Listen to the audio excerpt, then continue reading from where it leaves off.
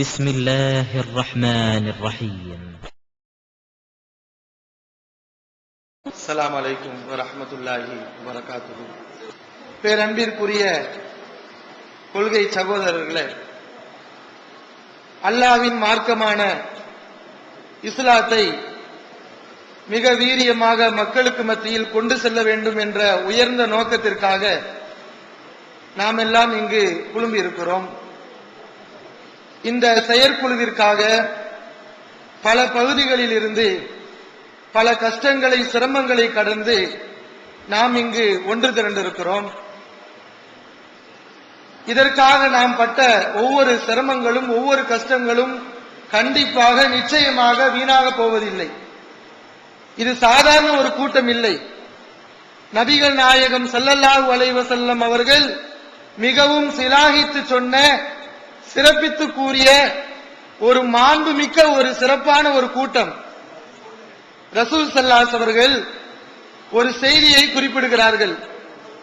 எந்த செல்வமும் எந்த பதவியும் எந்த அதிகாரமும் பலனை தராத ஒரு நாளில் நாம் கூடியிருக்கிறோமே, இது போன்ற காரியங்களுக்காக நாம் கூடினால் இந்த கூட்டம் அந்த நாளில் நமக்கு மிகப்பெரிய ஒரு பலனை தரும் என்று ரசூல் ஸல்லல்லாஹு அலைஹி அவர்கள் குறிப்பிட்டிருக்கிறார்கள். சபஅத்துன், 7 பேர் இருக்கிறார்கள். யுதில்லுஹுமுல்லாஹு ஃபீ லில்லிஹி யௌம லா லில்ல இல்லா லில்லுஹு. மறுமை நாளில் தன்னுடைய அரசின் நிழலை தவிர வேற எந்த நிழலும் இருக்காது. நிழல் என்று சொன்னால் அல்லாஹ்வுடைய நிழல் மாத்திரம்தான். ஒரு மரத்துடைய நிழலோ ஒரு கட்டிடத்தின் நிழலோ எந்த நிழலும் இருக்காது. அப்படிப்பட்ட ஒரு நாளில் அல்லாஹ் 7 பேருக்கு தன்னுடைய நிழலை தருவான். அந்த 7 பேர்ல ஒரு வகையினர் யார்? இது போன்ற நற்பணிகளுக்காக கூடியவர்கள்.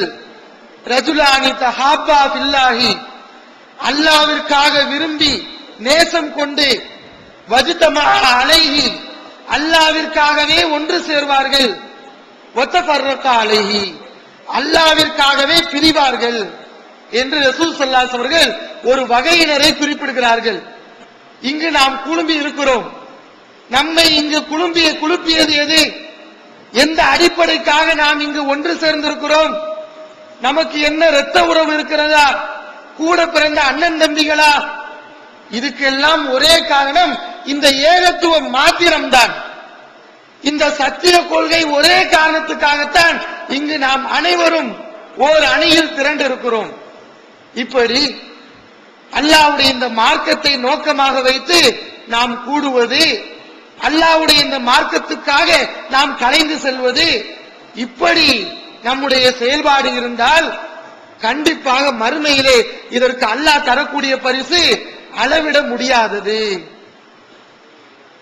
அதே நேரத்தில் இந்த கூட்டமைப்பு, இந்த யூனிட்டி, இந்த ஒற்றுமை நமக்கு ரொம்ப ரொம்ப அவசியம். கடைசி வரைக்கும் நீடிக்கணும். பொதுவாக தமிழகத்தில் என்ன நிலை என்றால், ஒற்றுமை ஒற்றுமை என்று பேசக்கூடிய பல இயக்கங்களை நம்ம பார்க்கிறோம், பல ஜமாத்தார்களை நம்ம பார்க்கிறோம். அவர்கள் எல்லாம் ஒற்றுமையை பேசுவார்கள். எதுல ஒன்றுபடணும் அதை பேசுவாங்களா? அதை யாரும் பேச மாட்டேங்கிறாங்க. எதில் ஒன்றுபட வேண்டும்? சத்திய கொள்கையில் ஒன்றுபட வேண்டும். குர்ஆன் ஹதீஸ் என்ற அடிப்படையில் அனைவரும் ஒன்று திரள வேண்டும் என்ற அடிப்படையில் பேசக்கூடிய ஒரு ஜமாத் இருக்கிறது என்றால் அது தமிழ்நாடு தௌஹீத் ஜமாத் மாத்திரம்தான். அந்த அடிப்படையில் நாம் இங்கு ஒன்று சேர்ந்திருக்கிறோம். இதற்கு பிறகு நாம் எல்லாம் ஒன்று சேர்ந்த பிறகு இந்த ஒற்றுமையை கடைசி வரைக்கும், நம்முடைய உடம்பில் உயிர் இருக்கிற வரைக்கும் இதை நாம் பாதுகாக்க வேண்டும். கடைசி வரைக்கும் இதை நாம் பேண வேண்டும்.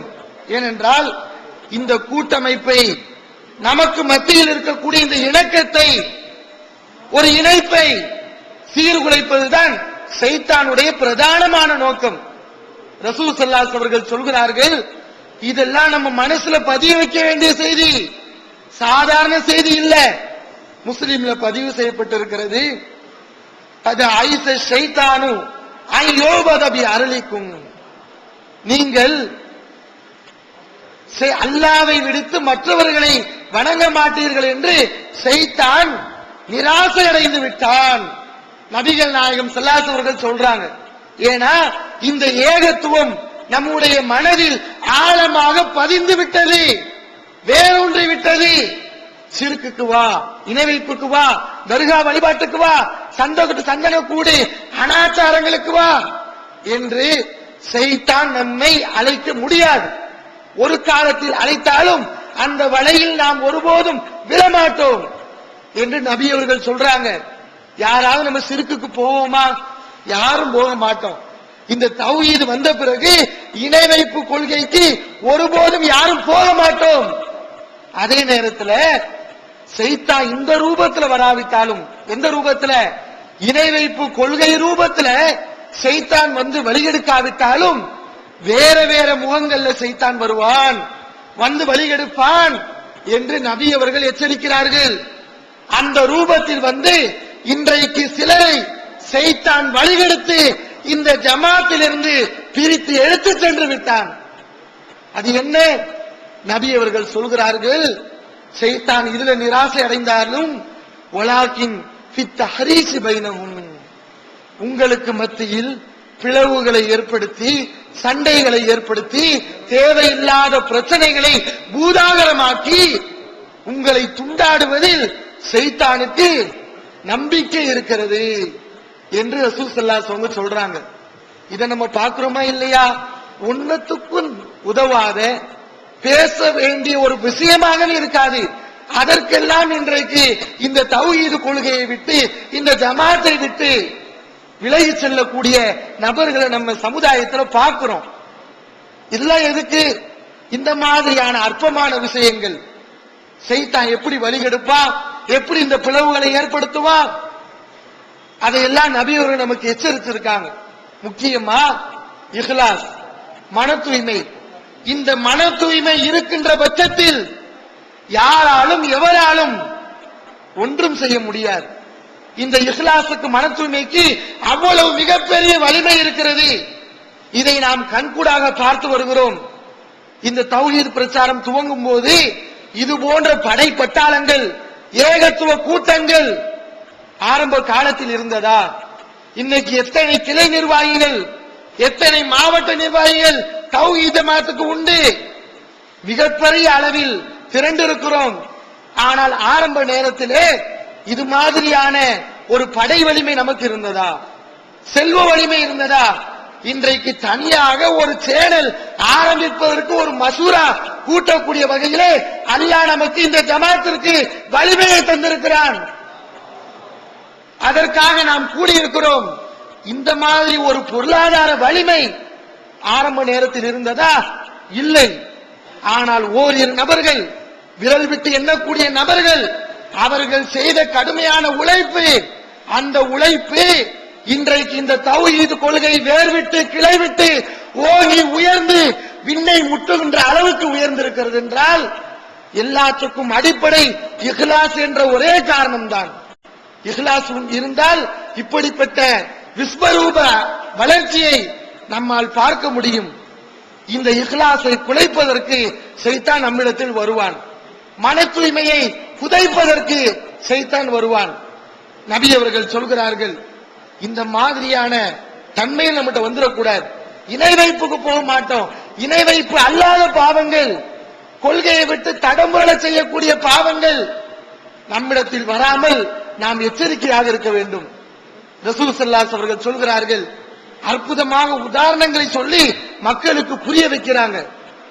மாதேபானி ஜாயானி உருசிலாபி கனமின் பி அஃஸதலஹா மின் ஹிர்ஸில் மர்இ அலல் மால் வஷ்ஷரஃபி லிதீனிஹி. ஒரு மனிதனுடைய மார்க்கத்தை அழிப்பதற்கு, கெட்டு குட்டியச்சோறு ஆக்குவதற்கு பொருளாசையும் பதவி ஆசையும் மிக மோசமான காரியங்களாக இருந்து கொண்டிருக்கிறது. இது எந்த அளவுக்கு மோசமானதுன்னா, ஒரு மனிதனுடைய மார்க்கத்தை கெட்டு அழித்து நாசமாக்கிவிடும் என்றால், ஒரு ஆட்டு கூட்டத்தில் பசி உள்ள 2 ஓநாய்கள் அனுப்பப்படுகிறது. பசி உள்ள 2 ஓநாய் ஒரு ஆட்டு மந்தைக்குள் அனுப்பப்படுகிறது. இந்த 2 ஓநாய் என்ன செய்யும்? கடுமையான பசியில இருக்கு. ஆட்டு மந்தையில விட்டா இந்த ஓநாய் என்ன செய்யும்? ஆடுகளை பந்தாடும், ஆடுகளை அழித்துவிடும். இந்த காரியத்தை தான் பொருளாசையும் பதவி ஆசையும் செய்யும். இந்த பொருளாசை, பதவி ஆசை, ஓநாய்கள், பசி உள்ள ஓநாய்கள், இந்த இரு ஓநாய்கள் உங்களுடைய மார்க்கத்தை அழித்து சின்னாபின்னமாக்கிவிடும். ரசூல் ஸல்லல்லாஹு அலைஹி வஸல்லம் சொல்றாங்க, இந்த இஹ்லாஸுக்கு மாற்றமான பதவி ஆசை, பொருளாசை எதுவும் வரக்கூடாது. அல்லாஹ் இன்றைக்கு பொறுப்பாளிகளாக நம்மை தேர்வு செய்திருக்கிறான் என்றால் எதற்கு? பெருமை அடிப்பதற்கு இல்ல, தம்பட்டம் அடிப்பதற்கு அல்ல, நான் ஒரு மிகப்பெரிய பதவியில் இருக்கிறேன் என்று மெச்சி பேசுவதற்கல்ல. எதற்கு என்றால் மக்களுக்கு பணியாற்றுவதற்கு, அல்லாஹ்வுடைய இந்த மார்க்கத்தை ஓங்க செய்வதற்கு. பொறுப்பு, நாளைக்கு இந்த பொறுப்பு குறித்து விசாரணை உண்டு என்பதை நம்ம கவனத்தில் வைக்கணும். நம்முடைய கெட்ட நடத்தைகளால், நம்முடைய கெட்ட குணங்களால், நாகரீகமற்ற செயல்களால் தௌஹீத் ஜமாத்திற்கோ இந்த தௌஹீத் கொள்கைக்கோ ஏதாவது ஒரு வகையில் பின்னடைவு வந்தால் அதற்காக அல்லாஹ்விடத்தில் நாம் கண்டிப்பாக பதில் சொல்ல கடமைப்பட்டிருக்கிறோம். அது எந்த வகையில் இருந்தாலும் சரி, எந்த அடிப்படையில் இருந்தாலும் சரி. சின்ன சின்ன பிரச்சனைகளை பூதாகரப்படுத்தி ஒரு மாவட்டத்திலேயோ ஒரு கிளையிலேயோ செயல்பாடுகளை முடக்கி தௌஹீத் பிரச்சாரமே வீரியம் இழந்து மௌத்தா போகக்கூடிய நிலையில கொண்டு வந்து நிர்வாகிகள் விட்டால் அதற்கு அல்லாஹ்விடத்தில் பதில் சொல்ல வேண்டிய கடமை, பொறுப்பு அவர்களிடத்தில் உண்டு என்பதை மறந்துவிடக் கூடாது. மனசுல பதிய வச்சுக்கணும். இதை நபி அவர்கள் எச்சரிக்கிறார். யோசிச்சு பாருங்க, எந்த ஒரு பிரச்சனை வருதா, ஒரு சிக்கல் வருதா, நமக்கு மத்தியில ஒரு யூனிட்டி இல்லாம ஒரு சண்டை சச்சரவு வருதா, அப்படி யோசிக்க. நம்ம எதுக்காண்டி கூடி இருக்கோம், எதுக்காண்டி இந்த ஜமாத்துல சேர்ந்திருக்கோம், எதுக்கு நம்ம பொறுப்புக்கு வந்திருக்கோம், அந்த அடிப்படை நோக்கத்தை நம்ம மனசுல நிறுத்தினா பிரச்சனைகள் வரும்போது ஒன்று நாம் அடுத்தவங்களுக்கு இடைஞ்சல் செய்ய மாட்டோம், அடுத்தவங்களுக்கு சிக்கல் தர மாட்டோம், அல்லது நமக்கு பிறர் கஷ்டம் தந்தாலும் ஜமாத்துடைய நன்மை கருதி, இந்த தௌஹீதுடைய நன்மையை கருதி நாம் சகித்துக் கொண்டு பொறுத்து கொண்டு செல்லக்கூடிய உயரிய மனப்பான்மையை அல்லாஹ் நமக்கு தருவான். இந்த அடிப்படையில் நம்ம கவனத்தில் வைக்கணும். அடுத்து இன்னொரு விஷயம், முக்கியமான விஷயம், நபி அவர்கள் மார்க்கத்தை அழிக்கக்கூடிய காரியமாக சொன்ன விஷயம், தப்ப இலைக்கும் தாவுல் உமமி கபிலக்கும், உங்களுக்கு முன்னால் வாழ்ந்த சமூகத்துக்கு ஏற்பட்ட கொடிய நோய் உங்களிடத்திலும் வரலாம். அது என்ன நோய்? அல் ஹசது வல் பகுலாஉ, பொறாமையும் குரோதமும் வெறுப்பும் தான். உங்களுக்கு மத்தியில் நீங்கள் இணக்கமாக இருக்க வேண்டும் என்று ரசூல் ஸல்லல்லாஹு அலைஹி வஸல்லம் சொல்றாங்க. இதையும் ஒரு அழகான உதாரணமா நமக்கு சொல்றாங்க. உதாரணமா சொன்னா நல்ல விளங்குங்கிறதுக்காக. எப்படி உதாரணமா சொல்றாங்கன்னா, லா அகூலு லக்கும் ஹாலிகத ஷஅரி, இது மார்க்கத்தை வலித்து எடுத்து விடும். நான் உங்களுக்கு முடியை வலிக்குமே அந்த சவரக்கத்தையை பத்தி பேசல. வலாக்கின் ஹாலிகத்து தீன், இந்த பகைமையும் குரோதமும் ஈகோ மனப்பான்மையும் உங்களிடத்தில் வந்துவிட்டால் உங்களுடைய மார்க்கத்தை இது வலித்து எடுத்து விடும். வலிக்கும்னா முடிய வலிக்காது, சவரக்கத்தி இல்ல, மார்க்கத்தை அகற்றக்கூடிய கத்தி, வலிக்கக்கூடிய பொருள் என்று ரசூல் ஸல்லல்லாஹு அலைஹி அவர்கள் எச்சரிக்கிறார்கள். இந்த குரோதம் வந்துருச்சா, நமக்கு மத்தியில சண்டை வந்துருச்சா, அதை அப்படியாவது பொறுத்துக்கிட்டு அதை சமாளிப்பதற்குரிய முயற்சிகளை நம்ம இறங்கணும். இல்லைன்னு சொன்னா ஒரு ஆள் மேல உள்ள ஒரு கோபம், ஒருவர் மீது இருக்கக்கூடிய குரோதம், பகைமை எந்த அளவுக்கு நம்மளை கொண்டு போகும், மார்க்கத்தை விட்டு விலகி போகக்கூடிய வகையில நம்மை அதை அழைத்து செல்லும் என்று ரசூல் ஸல்லல்லாஹு அலைஹி அவர்கள் எச்சரிக்கிறார்கள். ஆக அன்பிற்குரிய சகோதர சகோதரிகளே, ஒற்றுமையை பார்த்து பேசக்கூடியவர்களிடத்தில் நாம் சொல்லக்கூடிய ஒரே பதில் எதில் ஒற்றுமைப்பட வேண்டும் என்பதைத்தான் நாம் அவர்களுக்கு வலியுறுத்தி கூறுகிறோம். ஆனால் இன்றைக்கு நாம் ஏகத்துவ கொள்கையில் ஒன்றுபட்டு விட்டோம். ஒன்றுபட்ட பிறகு இந்த ஒற்றுமை நம்மிடத்தில் மிக மிக முக்கியம். சுருக்கமாக சொல்வதென்றால் ரசூல் ஸல்லல்லாஹு அலைஹி அவர்கள் ஒரு உடம்பை போன்று நீங்கள் இருங்கள் என்று சொன்னார்கள். நாமெல்லாம் எப்படி இருக்கணும்னா ஒரு உடம்பு மாதிரி. உடல்ல கையில ஒரு பாதிப்பு வருது, இன்னொரு கை எனக்கு என்னன்னு சும்மா இருக்காது, மற்ற உறுப்புகள் அமைதியாக இருக்காது, அதற்காக பாடுபடும். ஒரு உறுப்பு இன்னொரு உறுப்பையே தாக்காது, இன்னொரு உறுப்புக்கு கெடுதல் செய்ய வேண்டும் என்று நம்முடைய மனம் நினைக்காது. எல்லாம் ஒரே மாதிரி இருக்கும், எல்லாம் ஒரே மனப்பான்மையில இருக்கும். இப்படி ரசூல் ஸல்லல்லாஹு அலைஹி அவர்கள் நமக்கு அற்புதமான உதாரணங்களை எல்லாம் சொல்லி ரொம்ப இணக்கமாயிருங்க. எந்த அளவுக்கு இணக்கமா இருக்கணும், எந்த அளவுக்கு ஒரு முஸ்லிமுக்கு நாம் கெடுதல் செய்யக்கூடாது, தீங்கு நினைக்க கூடாது. அவரை பார்த்து விளையாட்டுக்கு கூட ஒரு ஆயுதத்தை காட்டி மிரட்டக்கூடாதா, வேணுக்குனே இல்ல, ஒரு விளையாட்டுக்கு கூட கத்தியை வச்சு குத்துற மாதிரி இப்படி செய்யாதீங்க என்று ரசூல் ஸல்லல்லாஹு அலைஹி அவர்கள் நமக்கு போதிச்சிருக்காங்க. இப்படி எத்தனை வழிமுறைகளை நாம சொல்றது, நிறைய இணக்கத்தை ஏற்படுத்தக்கூடிய, நமக்கு மத்தியில் அன்பையும் பண்பையும் பாச பிணைப்பையும் ஏற்படுத்தக்கூடிய அற்புதமான வழிமுறைகளை நபிகள் நாயகம் ஸல்லல்லாஹு அலைஹி அவர்கள் நமக்கு சொல்லி தந்திருக்கிறார்கள். இறுதியாக ஒரே ஒரு செய்தியை மட்டும் சொல்லி என்னுடைய உரையை நான் முடித்துக் கொள்கிறேன். நபி ஸல்லல்லாஹு அலைஹி வஸல்லம் அவர்கள் ஒரு சஹாபி வர்றார். இந்த ஹதீஸ் அஹ்மதுல பதிவு செய்யப்பட்டிருக்கு. ஒரு சஹாபி வர்றார். நபி அவர்கள் அவரை பார்த்து சொன்னார்கள், இவர் சொர்க்கவாசி என்று ரசூல் ஸல்லல்லாஹு முன்னறிவிப்பு செய்யறாங்க. 3 முறை இந்த மாதிரி வரும்போதும் நபி அவர்கள் இதே மாதிரி இவர் சொர்க்கவாசி சொர்க்கவாசி என்று அவருக்கு நன்மாராயம் கூறுகிறார்கள். அப்துல்லா பின் அம்ர் பின் ஆஸ் இத பாக்குறாங்க. இந்த மனுஷர் ரசூல் ஸல்லல்லாஹு சொர்க்கவாசின்னு சொல்றாங்களே, அப்படி இவர் என்ன செய்யறாருங்கிறத நம்ம பார்ப்போம், கண்டுபிடிப்போம். அவர் கூட 3 நாள் தங்குவோம். சொர்க்கவாசி ஆகிற அளவுக்கு இவர் அப்படி என்னத்தான் செய்யறாரு அதை பார்ப்போம் சொல்லி அப்துல்லா பின் அம்ர் பின் ஆஸ் அந்த சஹாபியோட 3 நாள் தங்குறாங்க. தங்கி பார்த்தா அவங்க பெரிய அளவு வணக்க வழிபாடு இல்ல, நைட்டெல்லாம் நல்லா தூங்குறாங்க. ஃபஜருக்கு பாங்கு சொன்ன உடனே எந்திரிச்சு சுன்னத்தான தொழுகையை தொழுதுட்டு ஃபஜர் தொழுதுட்டு தொழுகிறாங்க. இதுதான் உண்டு. 3 மணிக்கோ 2 மணிக்கோ இரவெல்லாம் நின்று வணங்குறதோ அதெல்லாம் அந்த சஹாபிட்ட இல்ல. 3 நாள் இதை பார்த்துட்டு அப்துல்லா பின் அம்ர் பின் ஆஸ் ரலியல்லாஹு அவர்கள் அந்த சஹாபியை பார்த்து கேட்டாங்க, ரசூல் ஸல்லல்லாஹு உங்களை சொர்க்கவாசின்னு சொன்னாங்களே, அப்படி ஒண்ணு நீங்க பெருசா செய்யலையே, நான் பார்த்த வரைக்கும் ஒண்ணு இல்லையே அப்படின்னு கேட்கிறாங்க, குறிப்பிடுறாங்க. அப்போ அந்த சஹாபி சொன்னாங்க, மாஹுவ இல்லாம ராயித்த, நீங்க பார்த்ததை மட்டும்தான் நான் செய்யறேன், ஆனா ஒரு விஷயத்துல நான் ரொம்ப உறுதியா இருக்கிறேன், ஒரு விஷயத்துல நான் ரொம்ப தெளிவாக இருக்கிறேன். அது என்ன விஷயம்?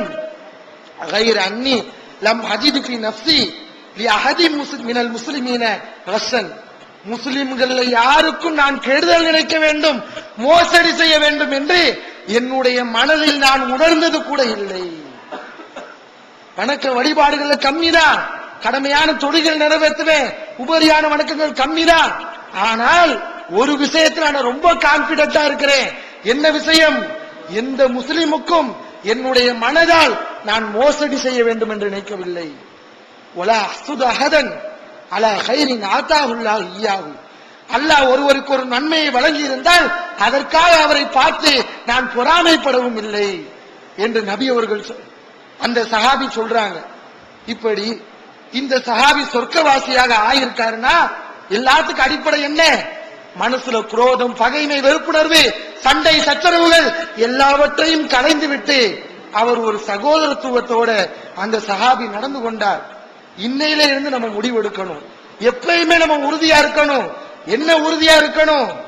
இது நாள் வரைக்கும் என்னுடன் இந்த கொள்கையில் இணக்கமாக இருக்கக்கூடிய சகோதரனுக்கு மத்தியில் எனக்கு மத்தியில் ஏதாவது பிணக்கு இருந்தால், ஏதாவது சண்டை சச்சரவுகள் இருந்தால், ஈகோ பிராபலங்கள் இருந்தால், குறைகள் இருந்தால், இதோட நம்ம அதை கலைஞ்சுக்கணும், இதோட அதுக்கு முடிவு கட்டணும்.